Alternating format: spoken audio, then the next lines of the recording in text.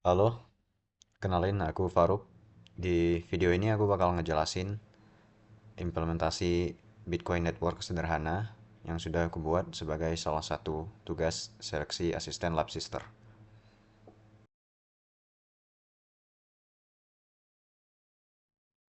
Pertama, aku bakal ngejelasin tentang arsitektur sistem. Jadi untuk implementasi networknya, eh, file utama yang dipakai itu ada tiga. Yang pertama block.p, blockchain.p sama node.p. Untuk block ini dia nyimpen kelas block aja. Di sini dia nyimpen atribut-atributnya, indeks, transaksi, timestamp, previous hash, Merkle root, hash, sama nonce. Terus ini untuk formatting ini, untuk formatting juga ini untuk menghitung hash dari blok. Terus di blockchain ini dia jadi kelas utama untuk node-nya. Jadi dia ngelakuin state management sama logika utamanya juga ada di sini. Jadi bisa dilihat state-nya ada transaction pool, ada chain, ada self.nodes ini uh, apa node-node tetangga yang terdaftar untuk node yang menggunakan instance blockchain. Terus difficulty ini buat buat block genesis. Terus ini buat transaksi baru. Di sini proof of work ada di sini. Logika proof of work, terus dia nambah block, dia daftar node, ada valid chain sama resolve conflict um, untuk konsensusnya, untuk menentukan chain mana yang bakal diambil. Terus ada buat Merkle root. Oke, terus file ketiga itu node.p. Ini jadi server, jadi API-nya untuk node. Bisa dilihat di sini ada endpoint mine untuk mine. Terus ada endpoint chain untuk dapetin chainnya, endpoint difficulty untuk mengubah difficulty. Terus endpoint transaction new untuk nambah transaksi baru, sama transaction pool untuk eh, apa? Nampilin transaction pool, nampilin transaksi yang sedang berada di transaction pool. Terus ini untuk yang berhubungan dengan nodes, ini untuk daftarin suatu node tertentu. Ini untuk nge-resolve secara manual. Jadi ini sebenarnya bakal dipanggil secara otomatis nanti. Terus ini nodes list, nodes receive block. Oke. Nah, terus ada file tambahan cli.p ini. Ini sebenarnya cuma aplikasi tambahan untuk mempermudah pengujian atau mempermudah penggunaan network tadi. Jadi ini enggak ini dihapus, networknya masih bakal jalan kok. Nah, nah, jadi untuk networknya satu blockchain ini bakal nyimpan banyak banyak blok di chainnya. Terus satu blockchain ini dijadiin bakal dipakai untuk satu node di sini. Jadi satu node itu dia nyimpan satu blockchain, terus dalam blockchain dia bakal ada banyak blok. Gitu sih untuk arsitektur.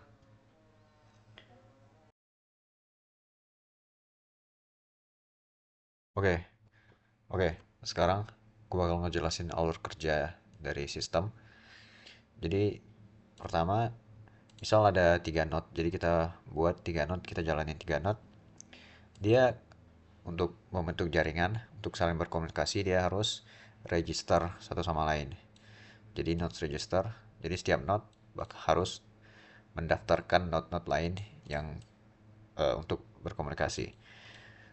Untuk registernya dilakukan dinamis secara manual, tapi di CLI nanti bakal dibuat otomatis gitu. Nah, habis nodes, misal dia mau nambah transaksi, dia mau mana? Dia mau nambah transaksi, terus dia mau main blok itu, mau main sebuah blok untuk masukin transaksi dan maksud dia mau nambang nambang sebuah blok dan masukin transaksi ke situ. Ini bakal dipanggil, dia bakal manggil endpoint mine di sini.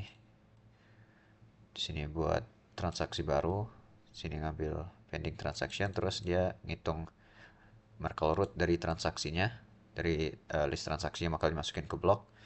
Terus hash ini candidate block.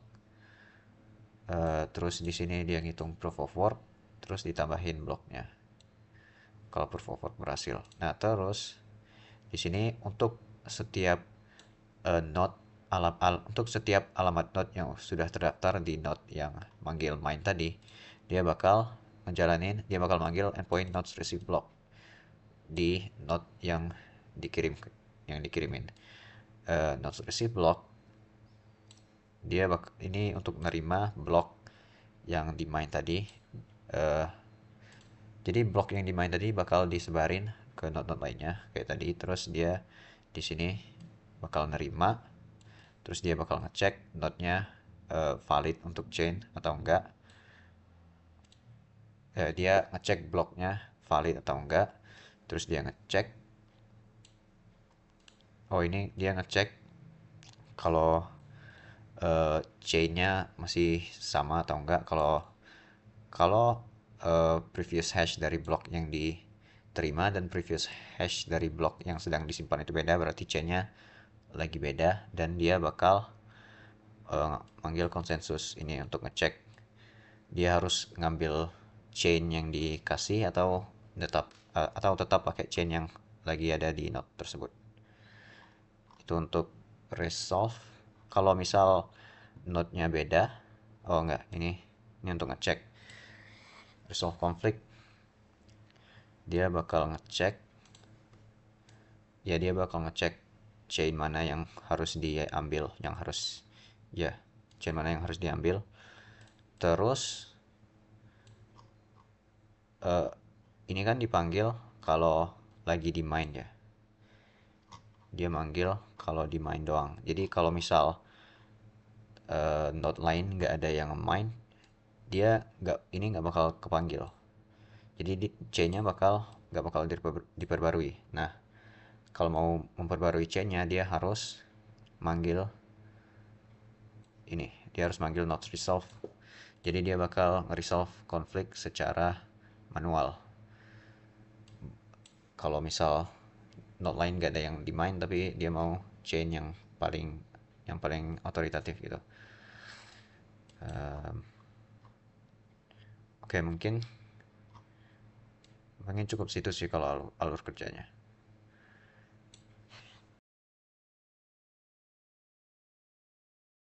Oke, sekarang aku bakal ngejelasin cara ngejalanin sistemnya. Yang pertama, nanti aku bakal ngejelasin cara pakai curl. Terus yang kedua, cara ngejalanin pakai CLI.py.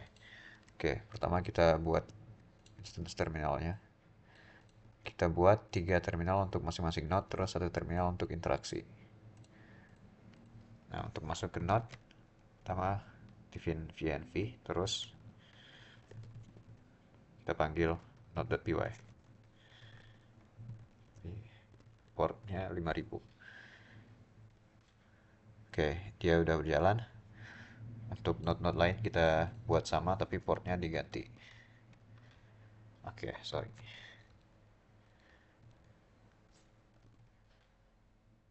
Aduh.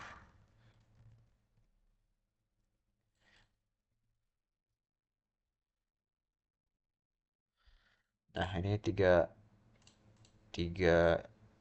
node-nya udah berjalan. Sekarang kita interaksi. Ntar, ini ngambil ini. Jadi kita nge-curl untuk untuk membuat transaksi baru di sini di endpoint transaction now. Ini informasi yang dimasukin, dijalanin.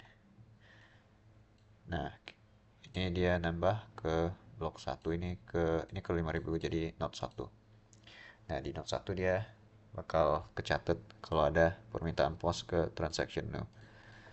Di situ kita bisa kita bisa nge-get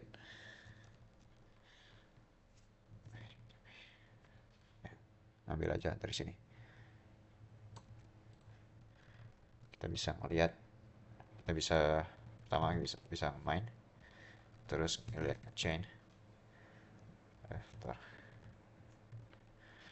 Nah, bisa dilihat kalau ini ada blok baru dengan transaksi yang kita tambah tadi. Oke, itu kalau mau ngejalanin pakai curl, tapi lebih mudahnya ngejalanin pakai CLI. Oke, itu kalau mau ngejalanin manual pakai curl, tapi bakal lebih mudah kalau pakai CLI. src cli.py. Aduh, salah.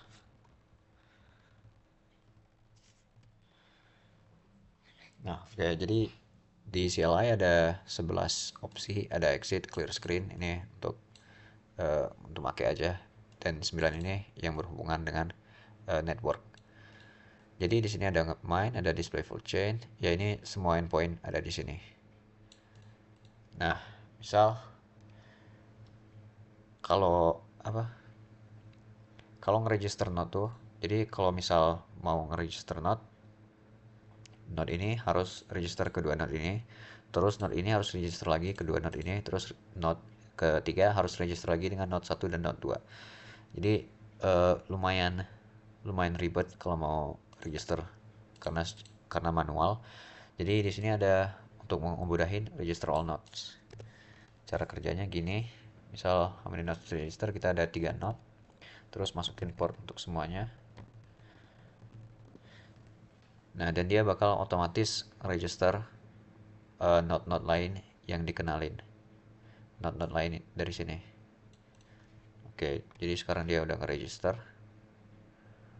Terus kita bisa nambah transaksi kayak tadi. Antar node port, misal dari 5.000, sendernya A, recipient B. Terus amountnya 10.000 gitu. Nah, jadi dia nambah ke blok 3. Oke, tadi ada yang di main. Terus kita main gitu. Node port dari 5.000. Nah, di sini dari apa? Dari balasannya bisa dilihat bloknya berhasil di mine.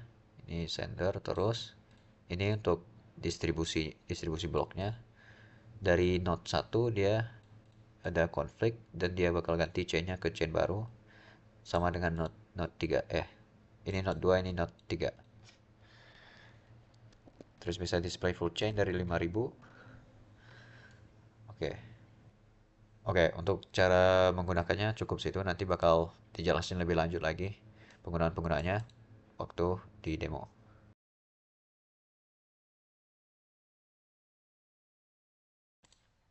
Sekarang aku bakal nunjukin demo sinkronisasi antar node.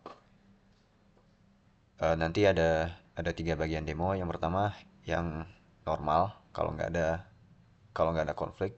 Yang kedua nanti nyoba kalau ada satu node yang terputus atau yang mati. Terus yang ketiga nanti bakal nyoba concurrent mining untuk ngelihat handling race condition.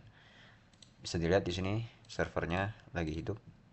Node-nya lagi hidup. Ini node 1 5.000, ini node 2 5.001, ini node 3 5.002.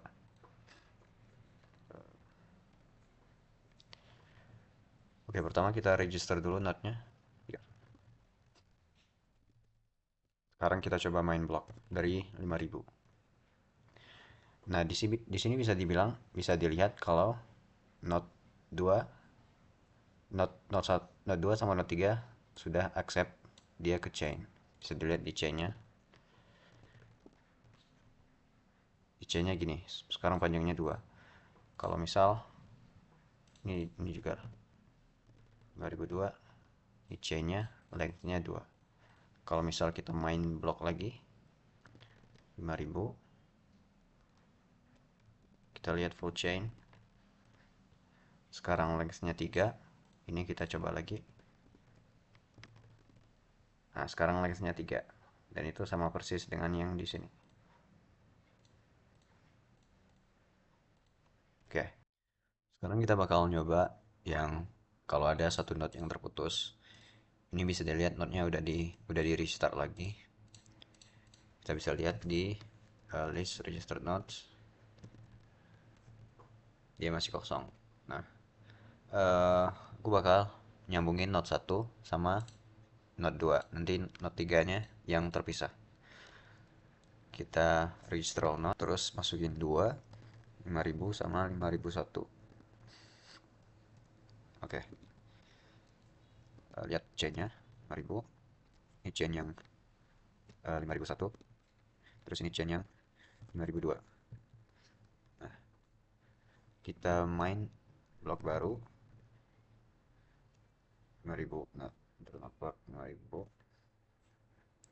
Oke, bisa dilihat di sini. Dia udah di-accept sama 5001. Kita lihat lagi chain-nya. Dia udah di-accept length-nya 2. Kalau kita lihat yang Note 3, display full chain 5003, 5000, 5000, 5002. Length-nya masih satu. Nah, register note 5002, 5000 sama 5001.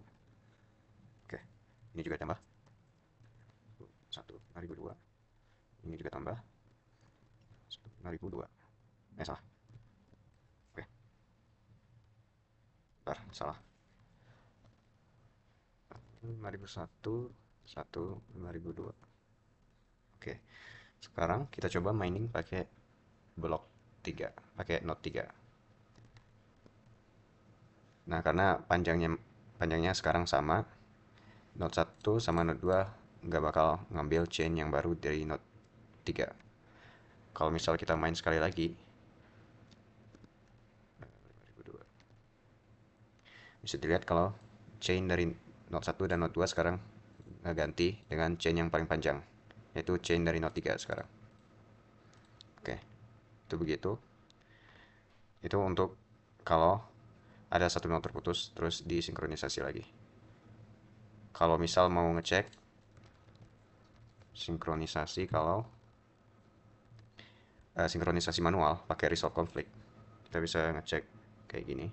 Pertama register dulu note semua. Nah, salah. Oke, gini aja. Oke, ini sengaja salah biar note ketiganya nggak kedaftar. Kita display full chain dulu. Oke, lengthnya masih satu. Kita main new block. Oke, ini abaikan aja. Ini bisa dilihat kalau dari 5001 dari Note 2 dia accepted dan ditambah. Oke, sekarang kita ke Note ketiga, kita lihat full chainnya masih satu. Kita register sekarang 5000, 5001, 5002. Oke, sekarang kita bakal manual, resolve conflict manual kayak gini. Eh, bentar, sorry. Ulang bentar. Kita lihat chainnya. Eh, chainnya satu, panjangnya satu. Kita coba resolve conflict 5002. Bisa dilihat kalau chain dari Note 3 sekarang udah bakal diganti dengan chain paling panjang. Oke, kita display full chain lagi. Nah, lengthnya sekarang 2 dan dia bakal sama dengan yang Note 1 dan Note 2. Oke, sekarang kita akan melihat kalau untuk concurrent mining, kita melihat kalau tiga node ini sekaligus melakukan mining sekaligus. Kita lihat kalau kita lihat bahwa node yang menang, yang berhasil melakukan mining pertama kali, akan node-node lain itu bakal ngambil chain dari node yang menang itu tadi. Oke, ini bisa dilihat servernya udah di reset. Sekarang pertama kali kita register dulu.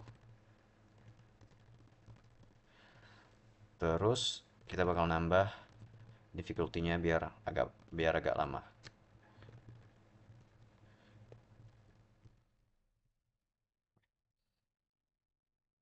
Sekarang kita coba main.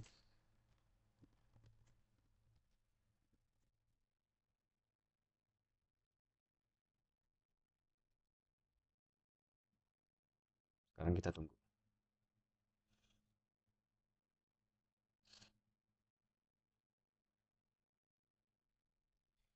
Oke, udah selesai. kita bakal ngelihat kalau dari hasil mining node 1, node 2 dan node 3 dia nggak ngeganti chainnya jadi chain ini. Berarti node 1 kalah. Kalau dari node 2 kita lihat kalau node 1 sama node 2 berhasil menerima chain ini. Ini berarti yang pertama kali berhasil itu node 2. Ini node 3 juga nggak diambil chainnya. Kalau kita display full chain, nah bisa dilihat blok yang baru itu sama dengan blok yang dimain oleh node 2. Oke, itu yang terjadi kalau race condition. Oke, ada satu lagi yang mau aku tunjukin, yaitu kasus ketika node yang lebih pendek itu dibuang, transaksinya nanti bakal dikembaliin ke pool. Jadi transaksinya nggak bakal hilang gitu. Kita coba lihat dulu display transaction pool 5000. Bisa dilihat itu kosong. Terus misal kita register dulu yang 5001 sama 5002. Jadi biar node satunya nanti ketinggalan. Kita main 5001. Oke. Kita main lagi 5001. Oke. Display full chain 5001. Display full chain 5002. Ini sama chainnya. Sekarang kita ngelihat ini display full chain 5000. Kita bakal ngelihat kalau chainnya masih yang pertama, masih cuma Genesis block. Terus kita tambah transaksi baru. Misal testing bermount 100. Nah, kita main blok itu. Oke. Kalau kita lihat display full chain, dia bakal ada transaksi itu tadi. Dan kalau kita lihat lagi di sini display full chain, transaksi itu nggak ada. Nah, terus kita sambungin lagi semuanya. Pertama kita lihat dulu transaksi 5000 itu masih kosong. Nah, terus kita ini kemudian kita bakal resolve conflict secara manual.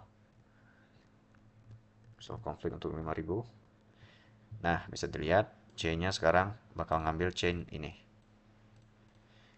Dan kalau kita lihat display full chain, transaksi yang dibuat tadi hilang.